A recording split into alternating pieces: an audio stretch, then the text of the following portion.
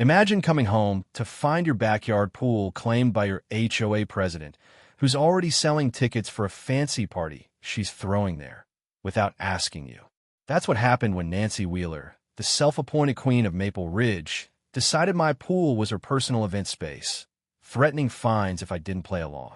By the time I was done, I drained every drop of water, and her VIP bash turned into a viral disaster that cost her everything. I'm Jake Larson, just a regular guy living in Maple Ridge, a quiet suburb outside Denver. My sister, Ellie, lives with me. She's 19, an art student with anxiety that can flare up bad. We bought her fixer-upper 3 years ago, mostly for the backyard pool, which is Ellie's sanctuary. She floats out there for hours, sketching or just chilling, and it keeps her grounded. The pool's our pride. We retiled it, landscaped the patio, made it a haven. Maple Ridge seemed perfect for us. Wide streets, friendly neighbors, an HOA that used to stick to basics like mowing common areas. That was before Nancy Wheeler got her hands on the gavel. Nancy was the HOA president, a real estate agent with a perm so stiff it could stop a bullet. She wore loud blazers, carried a clipboard like a shield, and acted like her title made her mayor. From the day we moved in, she had it out for us. Our mailbox was an unapproved shade of gray. Not gray, mind you, but unapproved gray. She left a typed letter threatening daily fines. Then she went after Ellie's garden, claiming her sunflowers disrupted the aesthetic harmony. I tried reasoning with her, showed her the HOA bylaws that said nothing about flowers or mailbox shades. She'd just purse her lips, jangle her bracelets, and say, "Rules are for the community's good, Mr. Larson." I painted the mailbox to keep Ellie calm.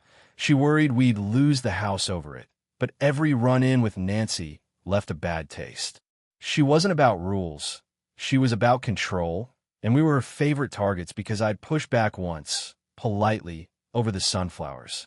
Things escalated that Saturday morning. I'm skimming leaves from the pool. Ellie's inside sketching when I hear heels clacking like gunfire. Nancy storms through my gate. No knock, no call, waving a paper like it's a court order. "Jake, your pool's been selected for the HOA's exclusive summer gala," she announces, grinning like she's doing me a favor. I stare, dumbfounded. "My pool," I say, pointing to the private property, "no trespassing" sign Ellie painted with little daisies to soften it. "You mean my backyard?" Nancy sniffs, like the sign's a joke. Per the new Community Event Ordinance, Section B-3, the HOA can designate prime amenities for signature events. Your pool's prime. She's already texting, probably inviting her VIPs, influencers, local bigwigs, whoever she wanted to impress. I feel my jaw tighten. Ellie's watching from the window, clutching her sketchbook, eyes wide. "Nancy," I say, keeping my voice even, "this is my property. My deed's clear. You can't just take it." Her smile hardens. "Don't be selfish, Jake. This is for Maple Ridge's prestige. Influencers will be here, real clout. You wouldn't want fines for non-compliance, would you?" She waves her paper again. Some rule she probably wrote at midnight. I'm fuming, but Ellie's face stops me from losing it. "We're done here," I tell Nancy. "No party, no gala. Leave." She glares, mutters, "You'll regret this," and clacks off, her clipboard bouncing like it's mad too. Ellie comes out, voice shaky. "Can she do that, Jake?" I hug her. "No way, kid. I've got this." But inside, I'm wondering how far Nancy's willing to push and how far I'll have to go to stop her. By Monday, a notice is taped to our door, bold letters screaming official HOA reservation, prime amenity utilization. It demands I prep the pool for Saturday's gala, even mentions guests using our bathroom in our house. Ellie's trembling as she hands it to me, and that's when I hit my limit. This isn't just about a pool. It's about our home, Ellie's safe space, everything we've built. Nancy's not just overreaching, she's invading. My neighbor, Carl Rodriguez, a retired mechanic with a dachshund named Rusty, sees me staring at the notice. "Nancy's at it again." "Huh," he says, shaking his head. "Last month, she fined Ms. Patel for unauthorized wind chimes. Girls gotta chill." Carl's been dodging Nancy's rules for years, and he drops a bombshell. He overheard her at the clubhouse, bragging about non-refunded tickets for the gala. She's selling access to my pool, pocketing cash for a party she can't legally throw. That night, I dig into our deed and the HOA's master bylaws. The pool's 100% ours, not a shared space, not a prime amenity. Nancy's ordinance is a fantasy, likely bullied through by her two bored lackeys, Patricia and Mr. Conway. I call the HOA's management company, get a board rep who says boards have discretion unless they break state law, and the next meeting's weeks away, after the gala. No help there. Ellie's quiet at dinner, barely eating, staring at the pool like it's already gone. That's what seals it for me. I'm not just fighting for property. I'm fighting for her peace, our sanctuary. A plan forms, simple but brutal. Nancy wants a clean pool? I'll give her one, so clean it's empty. I'll drain it, slap up a maintenance sign, and let her gala crash and burn. Tuesday, Carl spots a flyer on the community board. Maple Ridge Summer Gala at our premier aquatic retreat. It's got a Photoshop photo of my pool, palm trees added like we're in Miami. No mention of me, just Nancy's name in huge font. Ellie sees it, goes pale. She's telling everyone, Jake. I grin, grim. Good. More witnesses when it flops. Carl calls later, says he heard Nancy at the clubhouse, yelling about 50 confirmed VIPs, plus ones, deluxe catering, swag bags, all non-refunded. She's in deep, financially and ego-wise. If this party tanks, she's not just embarrassed, she's screwed. That's my leverage. I dig out my old submersible pump, check the hoses, and draft a letter to Nancy, polite but firm. Due to urgent maintenance, my pool is unavailable. Best wishes for your event. I slip it to Patricia, Nancy's sour-faced bored buddy, when she walked her yappy poodle. She grabs it like it's contaminated, but I know it'll reach Nancy. Friday night, I'm up late, double-checking everything. Pump, hoses deed, bylaws, my phone's charged for video. The weather's perfect for Saturday, sunny, warm, ideal for a pool party or for exposing a fraud. Ellie's nervous but starting to smile, sketching Nancy as a grumpy cat in her notebook. You sure this'll work? She asks. Bet on it, I say, ruffling her hair. We're in the right, and she's about to learn what that means.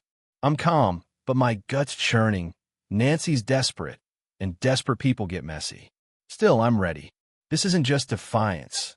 It's justice, Maple Ridge style. Saturday dawns bright, and I'm up at 5 a.m., coffee in hand, pump wheeled to the pool's deep end. I hook up the hoses, run them to the storm drain. All legal, check the city codes, and flip the switch. The pump roars, water gushing out, a steady, satisfying whoosh. Ellie wakes around 8, sees the pool half empty, and grins. You're really doing it, she says, pulling up a chair. Carl swings by with donuts, rusty yapping. Maintenance, huh? He winks.